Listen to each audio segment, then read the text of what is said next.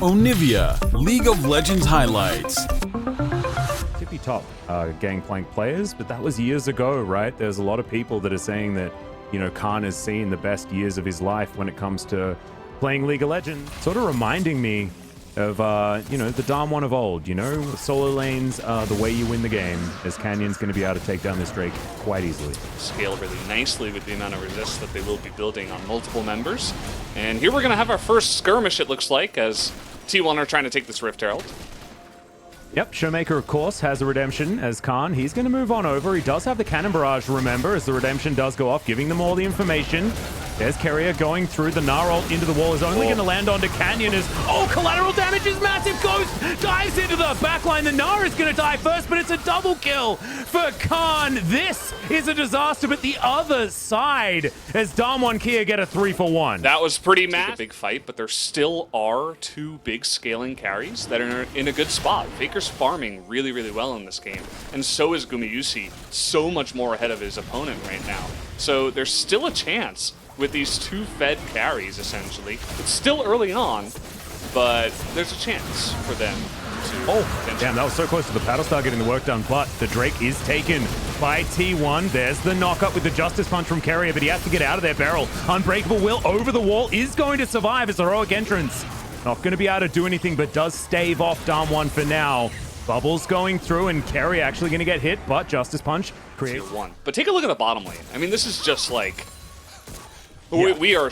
This is, Gumayusi's on another planet right now. He's not like 6-0. What kind That's of what we need. We need the lore.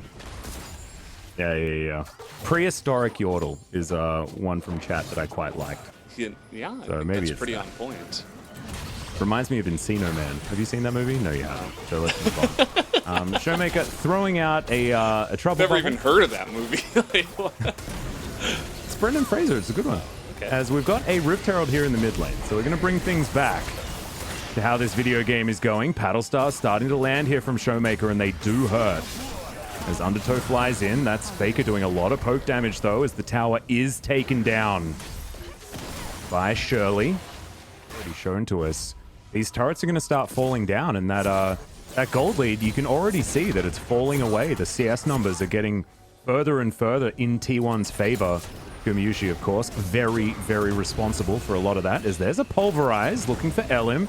Just wanting to get the Ragnarok out by the looks of things, as Beryl says, well, this is not actually where I want to be, and Canyon loses half of his health bar from one Q out of Faker. Khan now fighting up against Canna. Mega Gnar is going to come in, and the shield bow. Can it actually turn this? The shield was so valuable, and Canna, unfortunately, just not able to do enough damage. A bit of a silly idea, but he was closer than I think a lot would have expected. Yeah. That's all here this game, as Voidseeker will find the Baron under fire from T1. T1 very aggressive with this Baron attempt again. They want to turn, I would imagine. Let's see what they can do. Yep, Canyon pretty low on his health bar, and you can see the Zoe also very, very low. Canyon uses his Gale Force and everything, and it's stolen by Showmaker! Was that a stolen smite? I think it actually was. Nothing that they could do about it. The Gangplank going to take down the Gnar yet again, as Gumayusi does get one in the fight, and now Faker finds himself running for the hills. A triple kill for Khan's Gangplank, who is silencing the haters here this game. As Faker just does a few fancy moves, flashes his way out. He will survive, but the rest of his team won't be so lucky. Oh, man. We're going to have to look at the replay on that one. Showmaker just... Oh, that is massive. He steals it right from underneath T1. And this is going to mean the inhibitor absolutely going their way. Now, we got Olaf coming up, so they're not going to go for the win here, of course. Right now, of course. You could imagine as Gumayusi, you just want to have your opportunity, right? You just put together his Infinity Edge. And we know what Samira's can do if a fight gets out of control, but the problem is that Darm1 have so much extra money. It's a 10,000 gold lead, and Khan doesn't have to be there to be threatening. He's now just going to await the Cloud Soul as Cannon Barrage will come down and deal with this minion wave. Two-man pulverize is good. Faker has to go golden to keep himself okay, but he's not. Showmaker gonna finish off the kill. The Dragon going to fall down in the meantime. The headbutt goes over. Kanna gets a Gnar off, but it's not exactly what they want. But the cow will still fall. Samira gonna try and lock down that kill, but it's not before Ghost can get a Q off and take him down. As now Canyon trying to keep them in his jungle. Showmaker picking them off like fish in a barrel. And now Khan finally gets himself in here. LM desperately trying to get away, but of course, Showmaker lands a blind bubble and then pops him with the paddle star. All too easy as Khan, okay, going for a little bit of a 1v1, but instead he's going to invite his friends. Doesn't want to take the risk, as that's going to be the ace. And I have a feeling. Yeah, and if the team fights work, I mean, they will work well. Damwon's composition is more about, you know, what we saw at the end of that, as another fight is going to break out. There's the Pulverize. Cannon Barrage, so much damage from Damwon in response, but no one on T1 is dead just yet. They still want to take these fights. They're trying to get as many R buttons out of these guys as they can.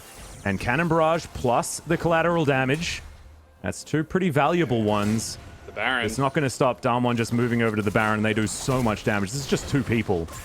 And it is really difficult to deal with. There's the Justice Punch to avoid dying as Khan has to flash. And then the follow from Faker, but Khan, they get him. Still alive. The shield bow did a lot of work. Some low health bars as in dives Ghost. Now flashing away. They're trying to play the smoke and mirrors as Faker falls towards the top side to another paddle star. Carrier might just need to try and get out of this one as Canyon is going to wipe the floor with him. And unfortunately for T1, Damwon's wallets are too heavy and they're going to be able to take them down. Another ace. And another trip down the mid lane, this time to try and finish the game. We're going to a game number 3. That's what happens after that teamfight victory. They get the gangplank, but they lose everything else. As at this point, like I said, everything else on the side of Damwon Kia just came online just on time to give them the victory in this one. Yep, that is Khan's first death. He will remain in the death chamber as this Nexus is going to fall down, and Damwon Kia, our world champions, will answer back after a disappointing Game 1 with a Game 2 victory. That is the Damwon I think everyone was expecting to see show up, and it was off the...